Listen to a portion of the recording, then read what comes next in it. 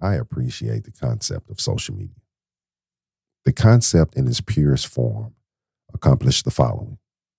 1, it facilitates an opportunity to connect with people you may have lost contact with over time. 2, it facilitates an opportunity to connect with people who are more knowledgeable than you are on a particular topic. And 3, it facilitates an opportunity to connect with people from whom you can learn from, draw inspiration from, and or receive encouragement from. The common denominator in the concept is to connect in meaningful ways. However, across every social media platform, content has fewer positive messages and a vast amount of meaningless and counterproductive interactions. These interactions are often the result of misinformation, alternative facts, and simply stated, mean-spirited communications. Everyone seems to have a version of the truth that is crafted to fit their own narrative. And everyone is cool with this version of the truth, or some form of the version of the truth, as long as it fits the narrative that they've set for themselves. Which led me to ask this essential question. Why do people have a problem with the truth? Not a version of the truth, or the truth that they've crafted for themselves, but the complete and in context truth. What's the deal? Have you ever considered this question? Are you curious to hear my thoughts about it? Yes? Well, stick around as we attempt to expound on this topic, our problem with the complete truth.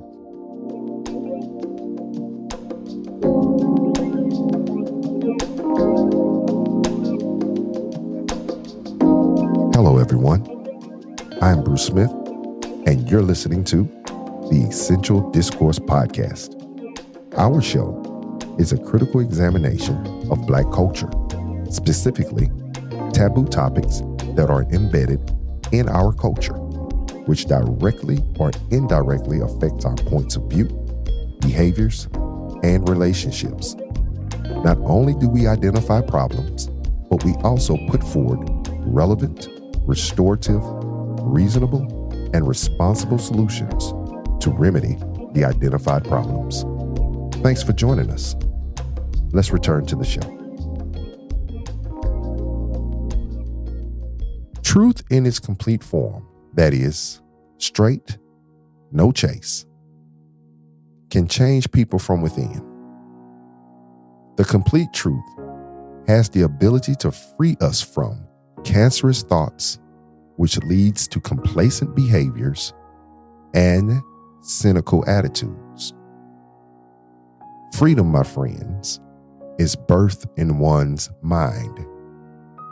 Neither you nor I will ever achieve authentic freedom without operating in complete truth and under the guidance of complete truth. The thing about truth is it does not take into consideration my desires, my ambitions, or my feelings. Truth is absolute. Truth is uncompromising.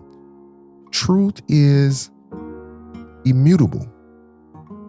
Truth is unbiased.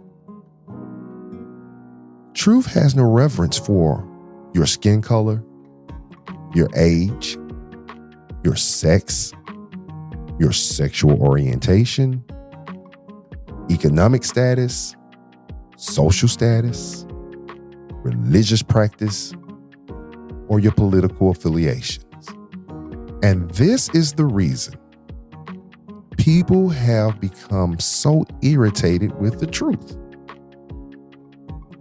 Truth is like a real good friend. Truth argues with you.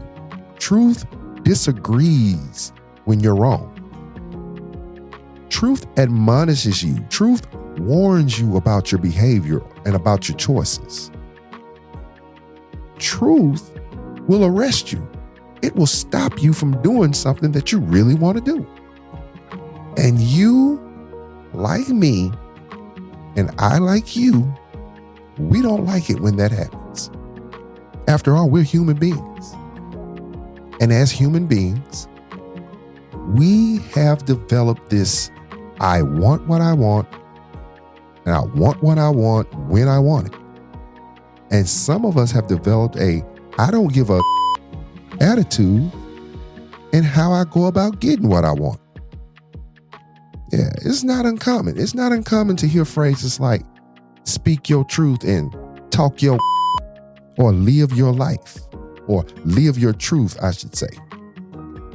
I'm learning to hate those phrases. Have you ever stopped to consider if your truth is credible or if your truth's deceitful? Regardless to if you haven't or have, would you please consider these 5 questions? 5 questions. Here's the first. Does your truth take into account logic, objective context, and the complete process of arriving to a desired outcome? Question number 2. Is your truth nothing more than the result of an emotional reaction, absent of inductive and critical reasoning? Question number 3. Are you a person who allows his or her actions to be influenced by alternative facts and partial truths?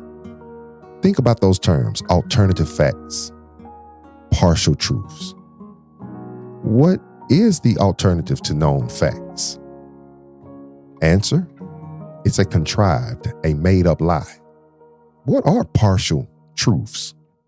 Partial truths are whole lies.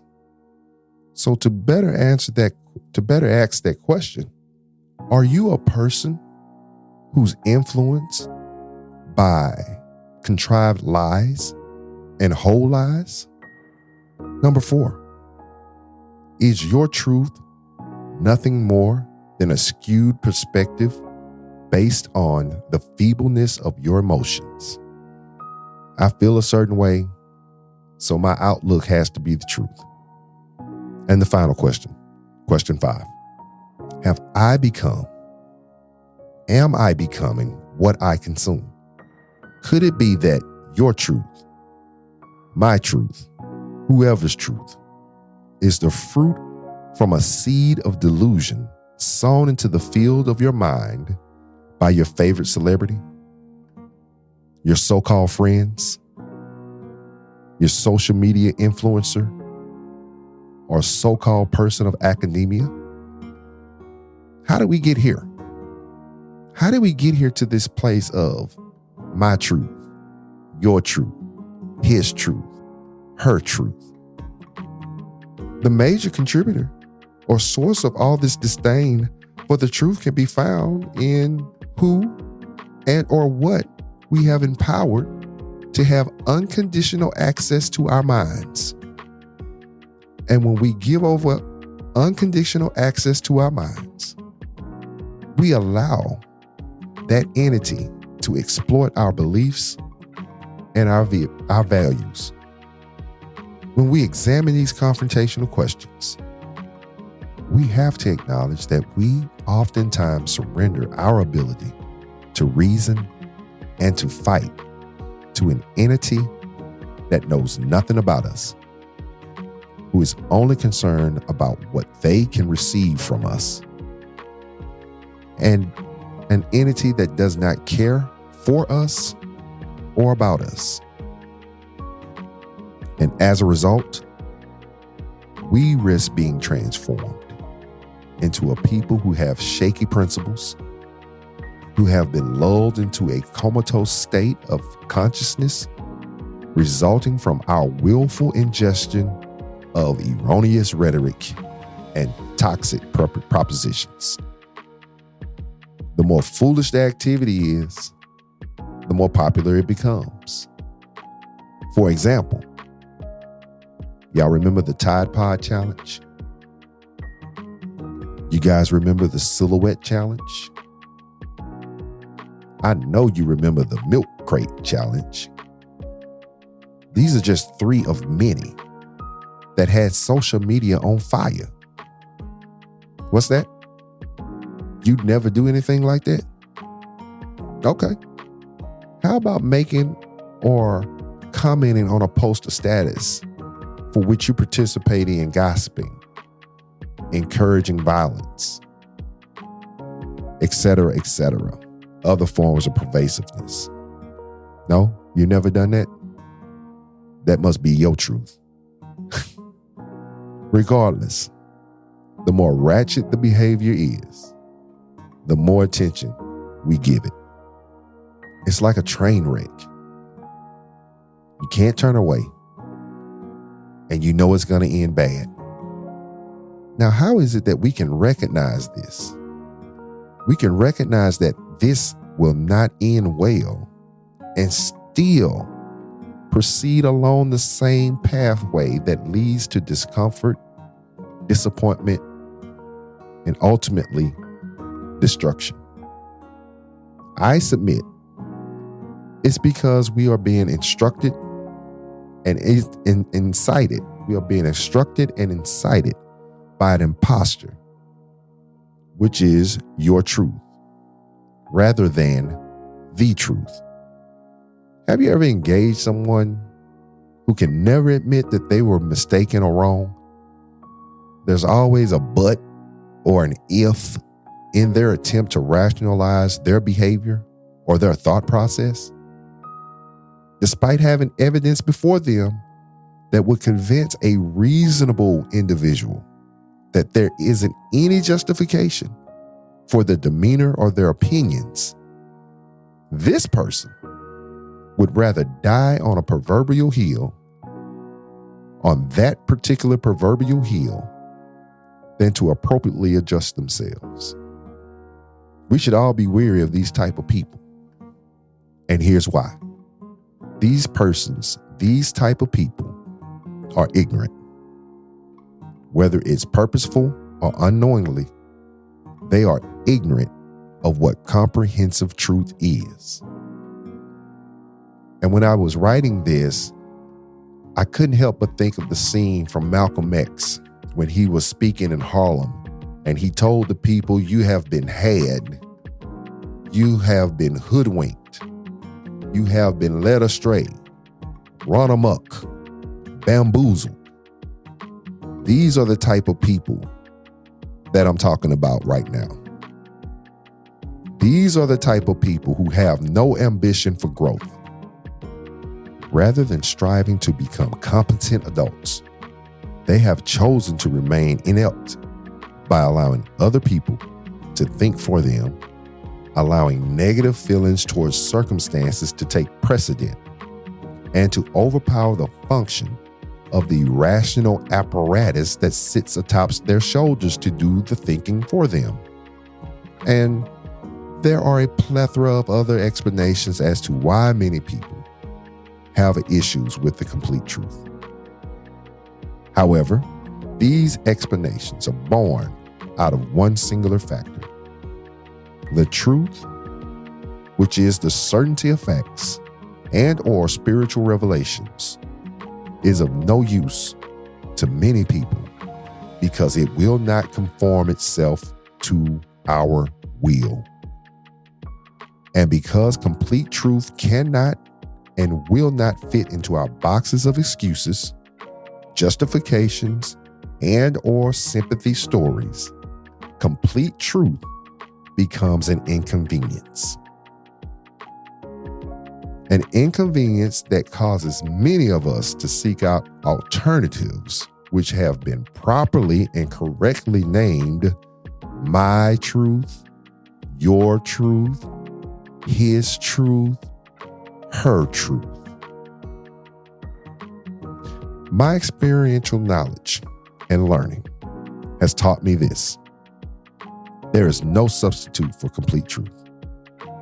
And in closing, I want to encourage us all to become vigilant, to keep it a buck with ourselves about ourselves.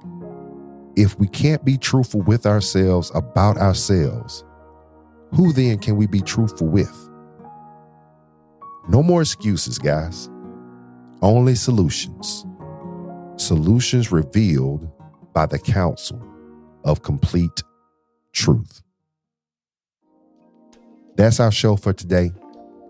I hope that you've enjoyed listening and that you found the content helpful. Please recommend this episode to someone you think who would enjoy the show as well. Essential Discourse with Bruce Smith is available on all podcast streaming sites. Please consider joining our community. By joining our community, you'll be notified of new episodes and guests, be in the know by receiving our free newsletter, and instantly become eligible to receive thank you prizes from the show. All you need to do is subscribe.